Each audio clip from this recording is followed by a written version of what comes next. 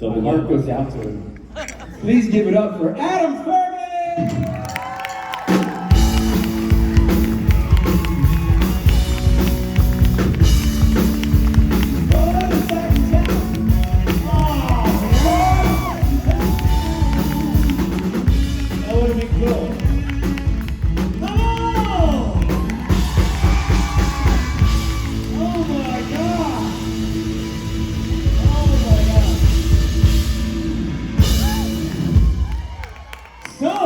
So good to be back. Thank you, Billy. Thank you, Stephen.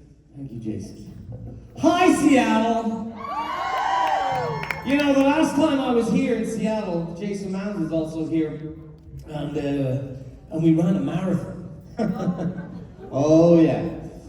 Yeah, it was funny because I didn't do any training for said marathon, which was a running joke amongst the 6 of us. I'll just say we had a text chain with all of us that were running the marathon, and we would commiserate, and just randomly you would pull out your phone and get a text message from one of us who's dying.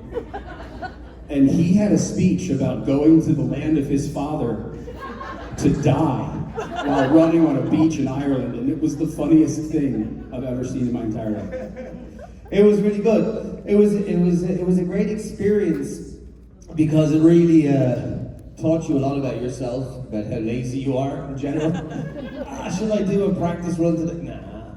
And should I? It also taught me. The biggest thing it taught me was how stubborn I am, because my knees at mile 7 were saying, "Dude, stop, please." And I did another, 19.2 miles. And at one point, I was running, myself and Misha were kind of buddies running beside each other, keep encouraging each other along. And at one point I said, I gotta go into one of these medical tents and spray some of this stuff on my knees. And he goes, I'm not fucking waiting for you. And I was like, Misha. So I ran in, I grabbed the thing, and I was running up the road trying to keep up with him. And that was like the hardest thing, because then I had to sprint to catch up with him, and I was goosed for the rest of it. But it brings it full circle, because if it wasn't for the great amount of Supernatural fans that turned up and were on nearly every street corner and or mile marker for the last 5 or 6 miles, encouraging us, and we'd be like walking like this, and then we'd see a sign, be like, okay, yeah, all right, thank you, high five, oh Jesus Christ. And no, it was crazy fun. So we both finished. There's a great photo of Misha crossing the finishing line. Oh, just before we finished, I somehow got this huge amount of 45th wind or whatever it was. About a half. There was like an up. You turn the last corner and you go up this hill, and you're like, are you fucking kidding me? So you gotta get up a hill, and you got to the top. And I was kind of bouncing at the top, and I started running ahead of Misha, and he goes, don't you fucking run ahead of me. I waited for you. I said, no, you didn't. Anyway, we crossed the line together, and there's a great photo of Misha's calf, and it's all just kind of like cramped up. And that was a sign for what was to come for me for the rest of the day. We went for this really nice meal, all of us, and the waiter came up to me and he said, well, can I get you a pre-dinner drink? And I said, you know what I could do? Can you get me 2 bags of ice and about 6 napkins? And I tied the ice to my knees. And every time I wanted to go to the bathroom, I swear to God, it was like I walked to the bathroom, this real fine dining, white tablecloths, behind past tables. Hey, how are you? Like that. But yeah, we got it done. And that's the one and only time I'll ever run a marathon, I'll tell you. Yeah, okay, brief pause for applause.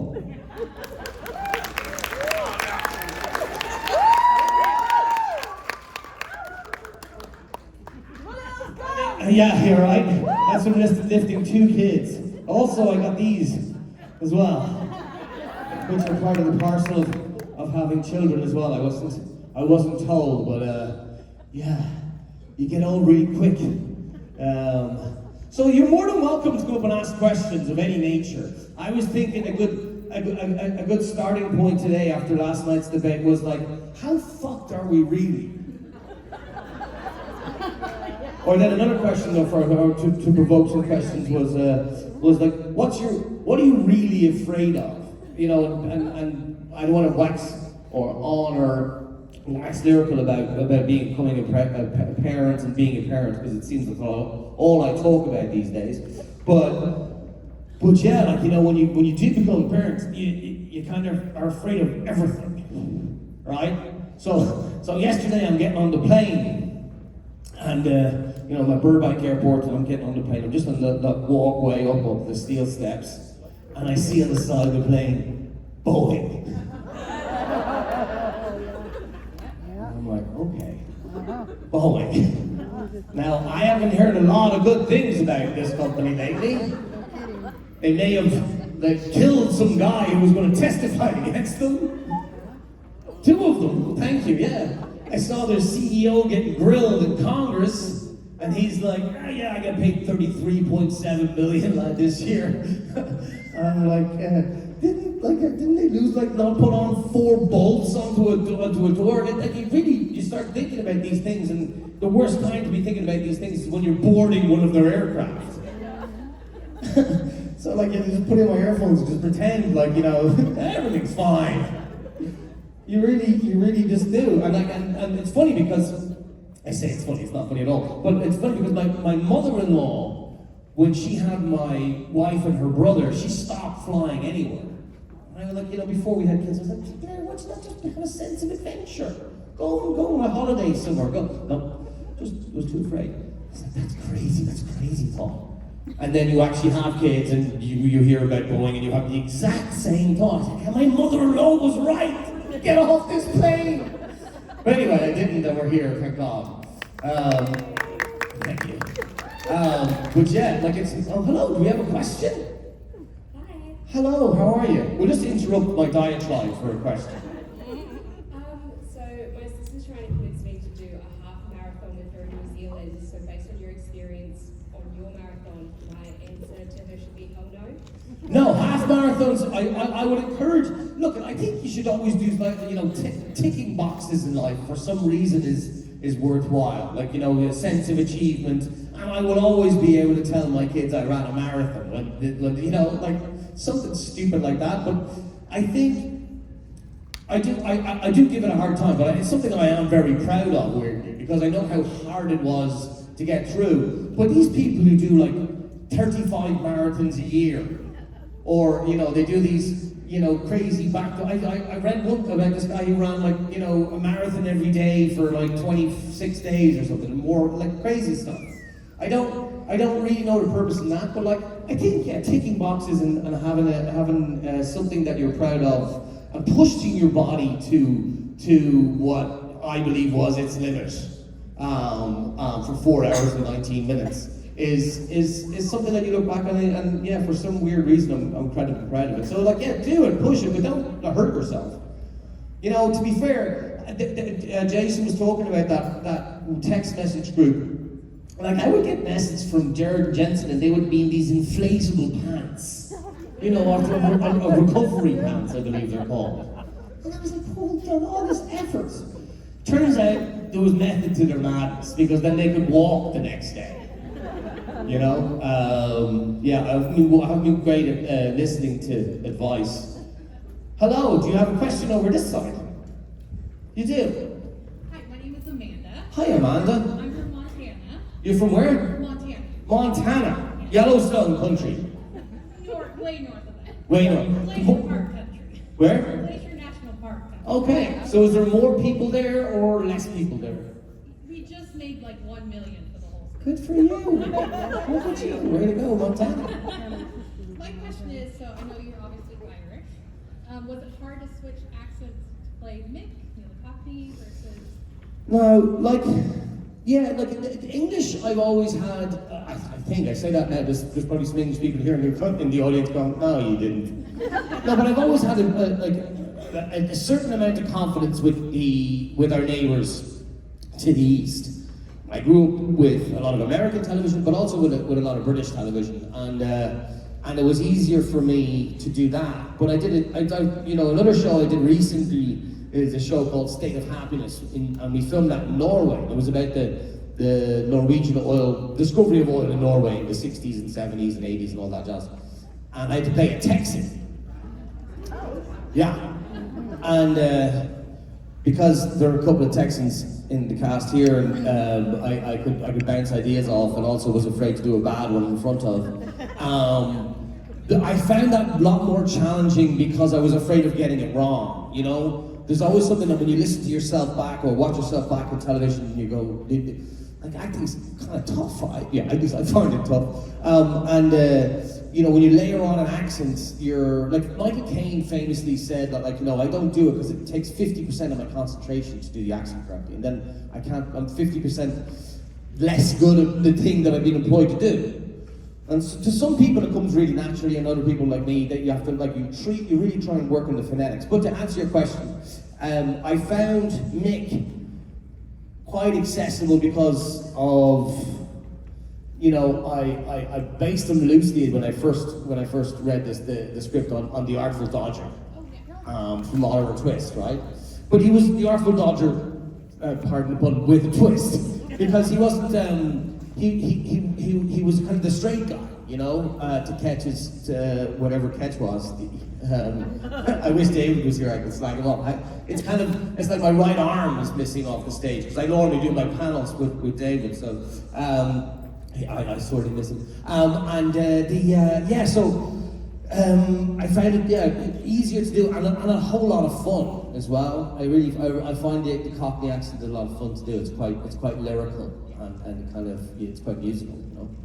Thanks, Amanda.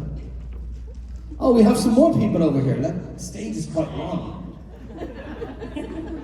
Thank God I'm fit.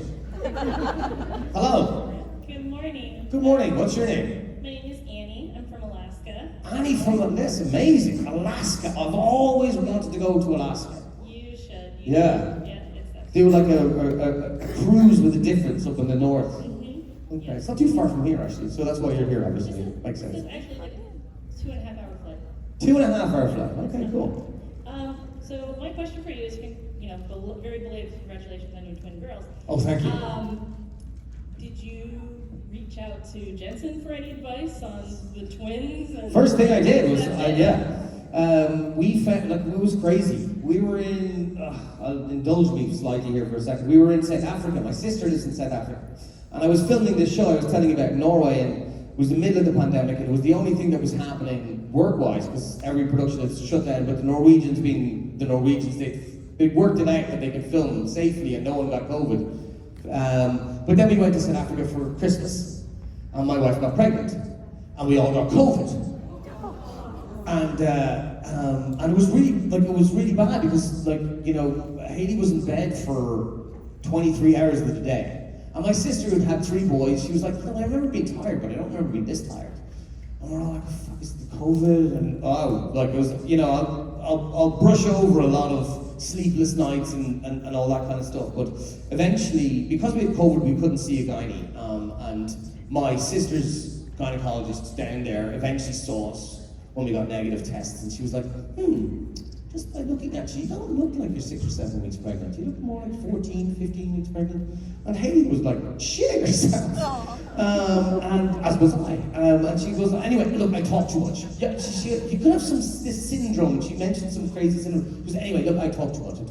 Let's examine you. And I was thinking, well, should that not be the first thing you did? You know, instead of making us both like have pools of urine underneath your desk there.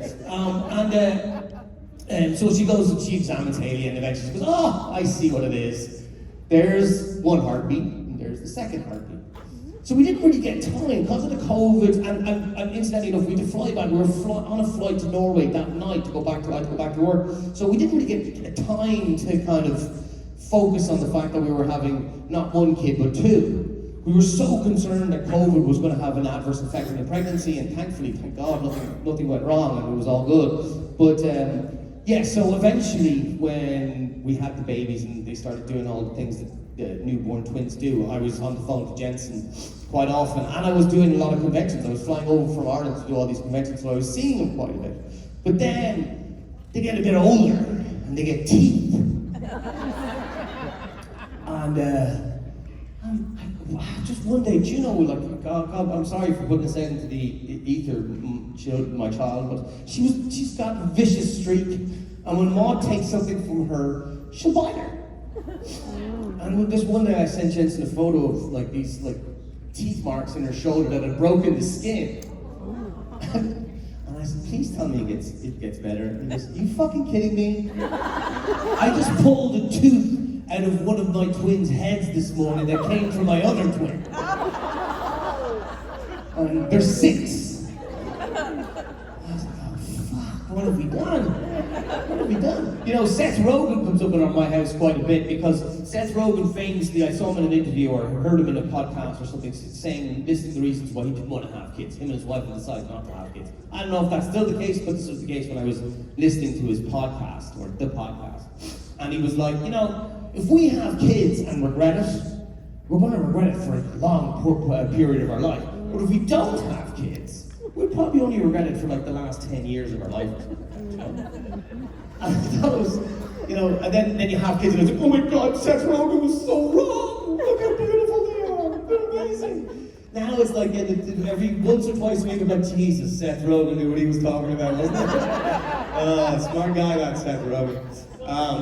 If it makes you feel any better, I don't have any kids, but it's entertaining to me when I hear people have twins and that's the reason why I asked that question. So I'm imagining Jensen was kind of laughing and crying. He was, yeah, at the same time. It is very bittersweet parenting. It's funny, and especially doing it with 2 at the same time. It's really quite mind-boggling. Brilliant. Thank you, Annie, for your question. Hello.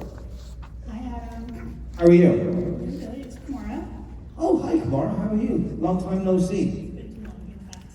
I have a silly question, it's random. What was the last song you sang along to?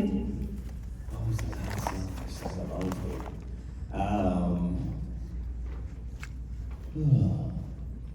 Oh, I heard. You're not gonna, this is an answer that you probably weren't expecting. I saw on Instagram this morning, someone had done Eminem's Lose Yourself and put it through a Frank Sinatra AI. So it's Frank Sinatra singing Lose Yourself. So I found myself losing myself and singing that song along with Frank Sinatra this morning.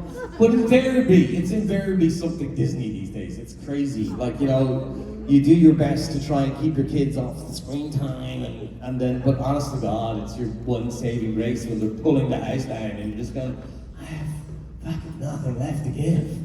I'm on my knees here. And they're like wailing and bawling and I don't want this and fuck that. And you're like, oh my God, Paw Patrol. Everything is great, Dad. You're going. So like it works. So it's that thing of, you know, trying to be a good parent and then not really caring after you're on your knees after a while. Thanks, Mark. Hello. Hi there, my name is Jana. Hiya, Jana. I'm over from Seattle. Well, Yeah, you came up quite a way. I did, you know, How was the trip? it was rush hour, so it was really tough. Yeah. There's only 2 bridges, I think. Is there 2 bridges across? 2 bridges, Or you can yeah. go the long way around? Yep, yep. So I wanted to ask you, you said that you watched a lot of British TV growing up. Yeah. And as a fan myself, I was wondering if you were a fan of Doctor Who, and if so, who your favorite Doctor is. Oh, I'm so sorry. Oh no, no. I'm so sorry. The doctor, who would have been the doctor? Like, I'm 44, so who would the doctor be when I was like 10? The guy, he had got curly gray hair. Oh, Tom Baker. Yeah. That was probably him. Okay. I didn't see any of Matt Smith. I know was a good doctor. That's Matt Smith, right? Oh yeah. High five. Yeah, no, I did. Who was your favorite doctor? Oh my goodness. Christopher Eccleston was my first, and you never He is great. I love him as an actor. I loved what was it? What was the TV show? The Leftovers? Wasn't he in that? Yeah, that was a great show. I loved that show. That was crazy good. Also a big fan of David Tennant, because how could you not be? David Tennant's wonderful. The 2 actors I admire, and I didn't know that they were Doctor Who's, but you know, I didn't see them in their as Doctor Who. I just like them as actors. So it stands to reason why you'd like them the most. They're wonderful. They're wonderful. Wonderful. He is amazing, isn't he? He did this show called Broadchurch. Anyone see it? And he did the American version as well. And so I was like, yeah, okay, you've got chops. You didn't like that? You didn't like the American version? Did you? Huh? What did you think of the American Office? What did you think of the American Office? You didn't really watch it? Did you watch the British one? Okay. I was just shot in the dark. I shouldn't have leaned in with that one. I should have like, hello. Hello. How are you? I'm doing quite well. Yourself? Quite well. I'm doing quite well. How do you think I'm doing? Is it going okay? Well, I have to ask, as a parent of 3 girls, what is the single creepiest thing your girls have ever done? The single creepiest thing. Jesus. Because let's be honest, small ones are creepy. Yeah, I'm trying to think of something. Well, apart from like really hurting each other, but like there's been a lot of.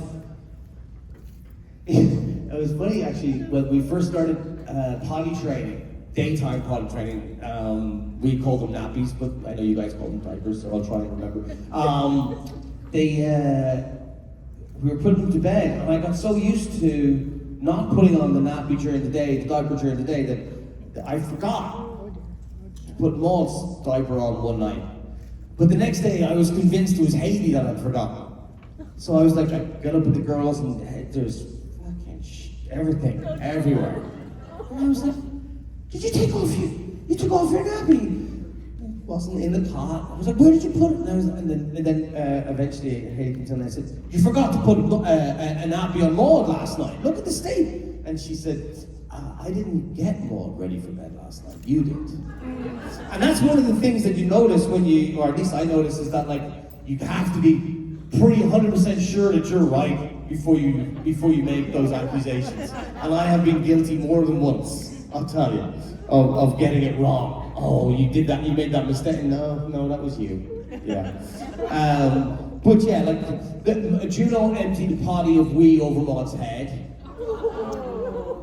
And she does like this thing of like looking at you and just kicking over the potty to see your reaction. But I'm sure, how old are your kids? Well, my oldest is 11 and my other 2 are 7 and 8, only like 2 months apart. So Wow. I was 1 step away from twins. You were 1 step away, I can see that. Well, 2 months is basically twins, so like you're kind of, it's too close to differentiate. But I'm sure there's more in the pipeline. I'm sure there's like, pardon the pun, I'm sure there's a lot more, not just shit, but like, you know, other shit coming down the pipeline. It's not for the faint-hearted, this parenting business. No. But I made this joke to my brother-in-law. I hope this is not too crude at 11:25 in the morning. But my brother-in-law, my sister has 3 boys.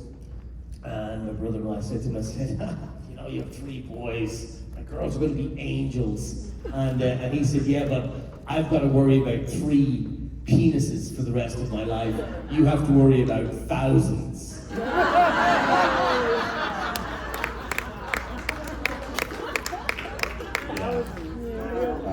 It was a realization that I really wasn't looking forward to. Hello! So my question has, I don't know if you've seen the video, but it has to do with Jared and Jensen and, I don't know the actor's name, please catch. But David Hayden Jones. Thank you, sorry. So, I've done my research. can you pronounce the word chupacabra? Chupacabra.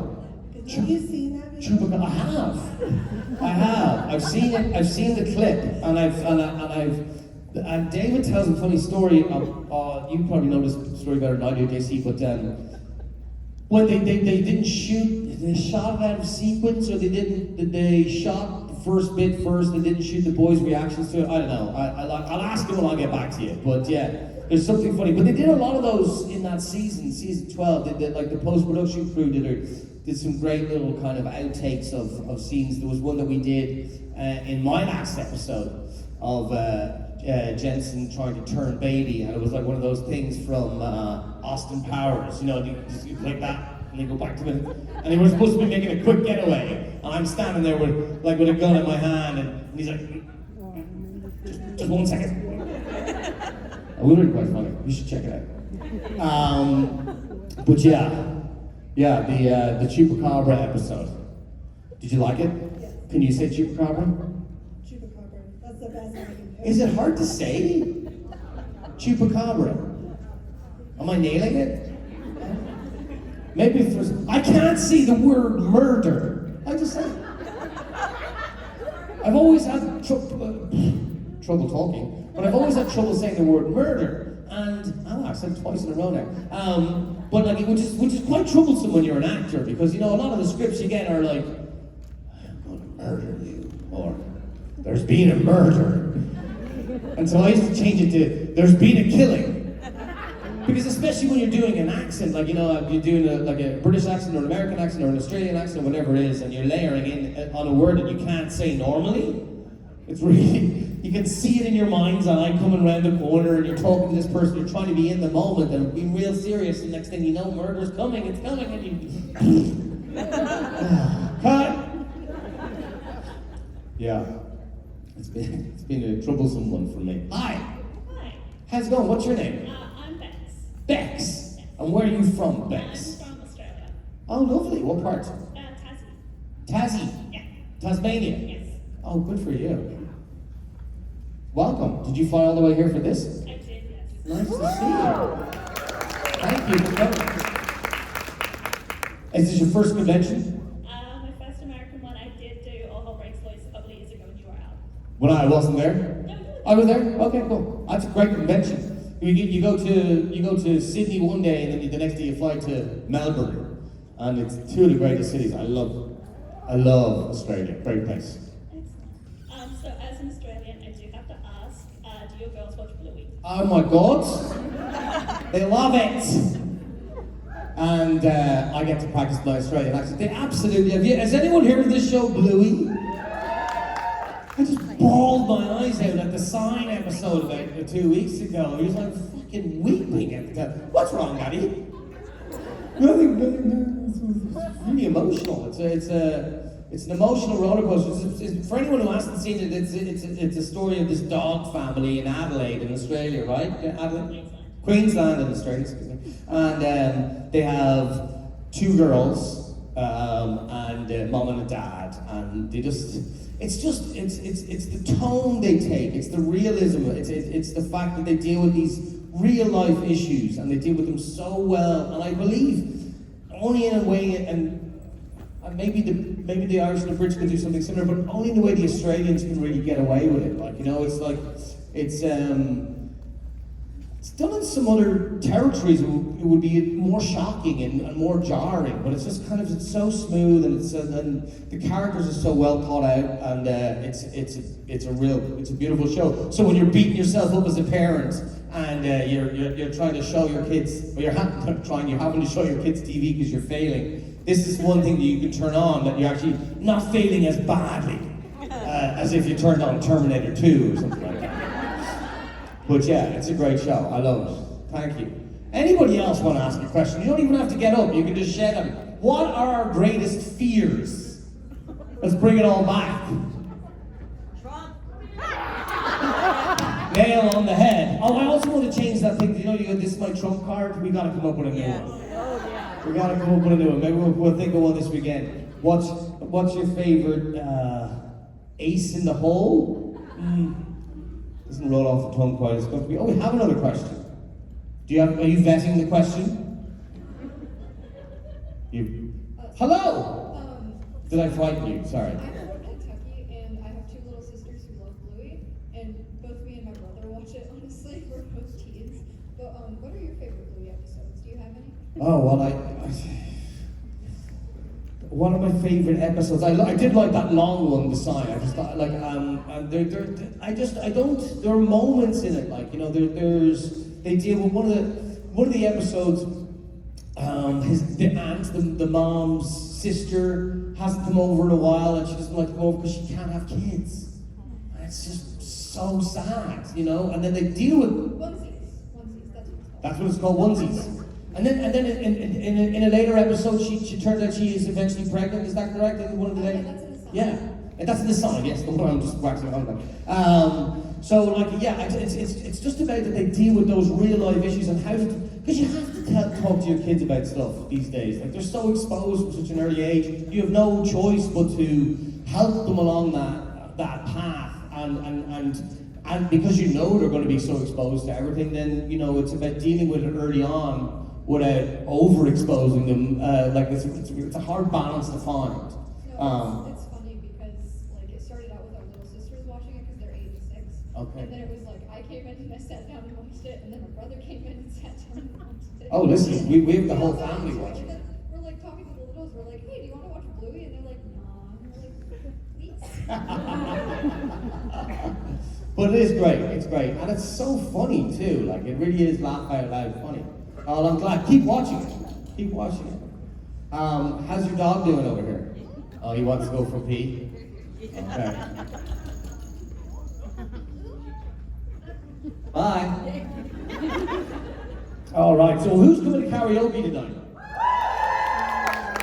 And who's going to sing? Would you have your hand up? You with your hand up? You with your hand up. Come on. Yeah, go ahead. So, in real life, or on the screen, or whatever, what's the last thing that makes you laugh uncontrollably?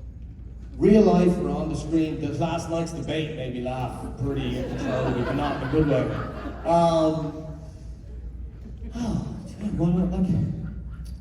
I don't know actually. It's one of those on the spot questions, and I'm like, what made me laugh? I suppose the answer glaring right in my face is my children make me laugh uncontrollably on a daily basis. The stuff they come out with is just bananas. You know, their imaginations are just like exploding, and they're just so quick to surprise you with some kind of like intelligent comment that should be far beyond their years, but they've just somehow grasped on it. I don't know if it's coincidence or if it's actually, you know, they're stupid intelligent. You know, they're like, oh my god, what did you just say? Like my kids make me laugh out loud on a daily basis, which is a great tonic, considering they make me cry as well on a daily basis. So anyway, you have a question too. I like this new form of question. You can't go shed it up. It's not that busy, is it? What tattoos do you have and what do they mean? What this is called OM, O-G-H-A-M, OM writing. It's the first form of writing ever discovered in Ireland, and it was basically just, there are lines, there's a vertical line and then there's horizontal lines intersecting at certain parts. And this is my wife's initials, H-E-F, and she has one saying A-M-F on hers, which are my initials, thankfully. Coincidentally, no. And then this one I got with, actually myself and we were on a convention in Rome, and Brianna had gotten a tattoo artist to come to the green room, and she was getting a tattoo, and I was like, oh fuck it, I got a tattoo too. So I got 3 arrows, and they were kind of representing, because before I had my own kids, they were representing my 3 nephews. But this, I've got one on my back. I have an Om on my back, an Om on my back. I was 20 years of age, and I was in drama school, and I was managing a clothes store. Excuse me. And I love that when I sniff, and then I take the microphone away from my mouth. Said the loud part out loud, the quiet part out loud. But yeah, I was managing a clothes store, and this guy comes in. He goes, "Hey, if you give me a free pair of jeans, I'll give you a free tattoo." I hadn't been thinking about getting a tattoo, but it seemed like a really good deal, considering I didn't own the jeans. I thought, oh yeah, well, yeah, take them. And then I went upstairs to the mall, to the tattoo parlor in the mall, and he goes, "What tattoo do you want?" And I was like, "I don't know." I said, I have a friend who has I thought this girl was super cool, and she had an arm on her back, and so I was like, maybe I'll get the arm. So I got the arm. That's that one there, which you won't see. But this one is cool. This is an old Irish coin, and it's got a salmon on it. Has anyone ever heard the story of the salmon of knowledge? You have? So where I'm from in Ireland, there's a river called the River Boyne. And in Irish mythology, there was a famous young warrior called Fionn McCool. Now, Fionn McCool was a boy at one stage, and there were these famous figures in Irish history, because nothing was written down. It was stories were told from, like in Viking stories, everything, they were just told verbally. And they were told to these people called the Shanachie. They were elders of the villages that carried all these stories and then passed them down through generations. They're really respected.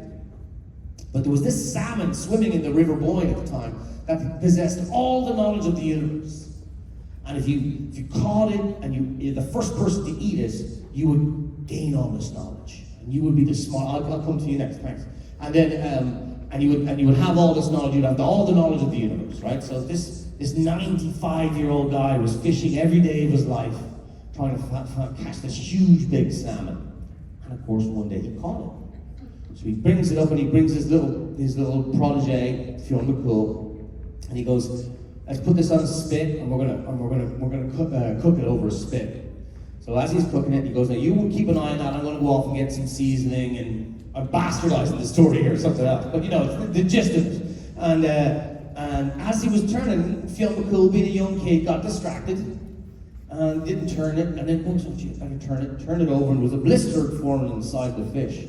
So he did what automatically you do in that situation, tried to burst the blister with his thumb. But it was really hot. What did he do? He put the thumb in his mouth. And so he got all the knowledge because he was the first person to taste the fish. And he goes on to be the most famous warrior in Irish mythology. And some really, really cool stories. Stories like the Tán Bó Cúailnge, and all the stories, but the vast majority of Irish mythology will contain some stories of Fionn McCool. And that happened very close to where I live, my parents live. And it was on a coin, and I found this old 1940s coin or whatever it was, and I just got a tattoo of it. And that's it. That's the story of my tattoos. I'm dying to get, the plan is, my wife's birthday's coming up soon, and I was going to surprise her with a tattoo, because we've been meaning to get 2 tattoos for our kids, or a tattoo of our kids, and we were trying to think of what this cool one to get. You don't want to get something that's a bit stupid that you're going to regret, because I put so much thought into this one. But we were thinking of, Little Miss Chatterbox and Little Miss, Little Miss, no, let me get this right, I should really know. But we kind of drawn like this one-line design of it, like, of the 2 little misses holding hands. So that might be my next one. But other than that, I haven't really much plans to get any more. But like they're kind of, I think they're more spontaneous with me, which is probably not the best thing to do when you're permanently inking your skin, but whatever. Hi. Did you have a question? Yeah. Oh, you actually walked in 1 second. Carry on.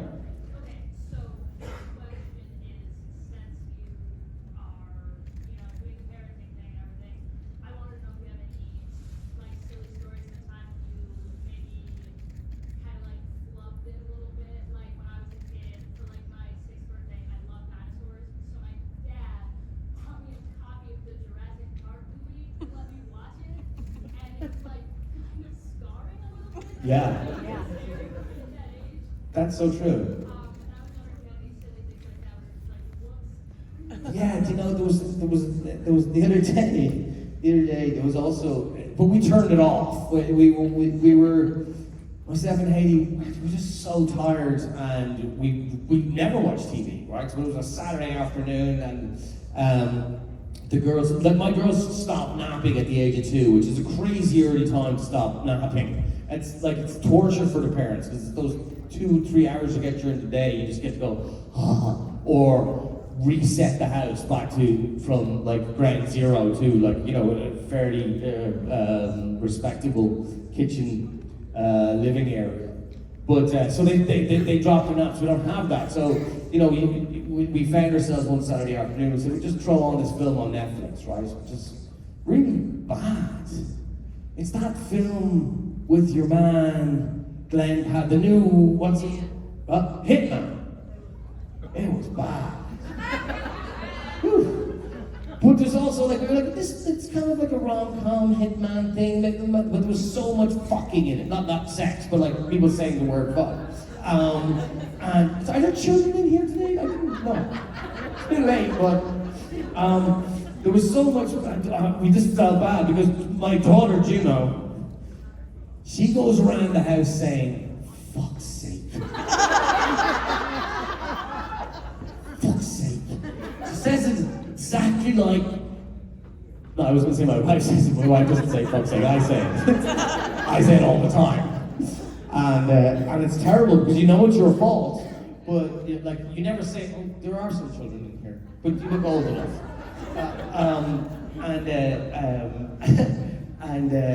Like she's definitely saying, I'm a terrible father, I'm a terrible influence on her. But like it's normally because of something they've done. Like, you know, like I come into the kitchen and there is yogurt everywhere.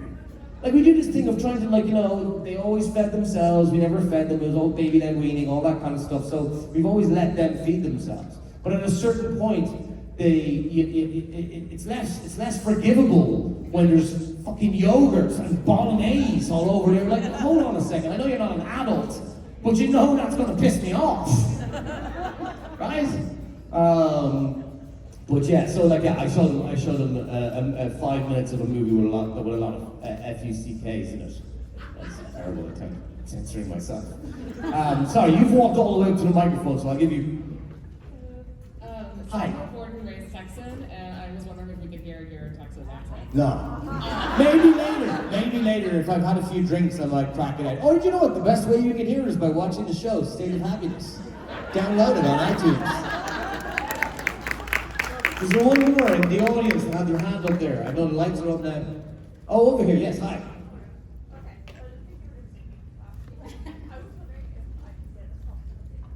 I don't know, is that allowed? No, it's apparently not allowed. But I was definitely about to say yes, but there are veterans here in the audience that were going to tear the roof off. Hi, last time. How are you? Good, thank you.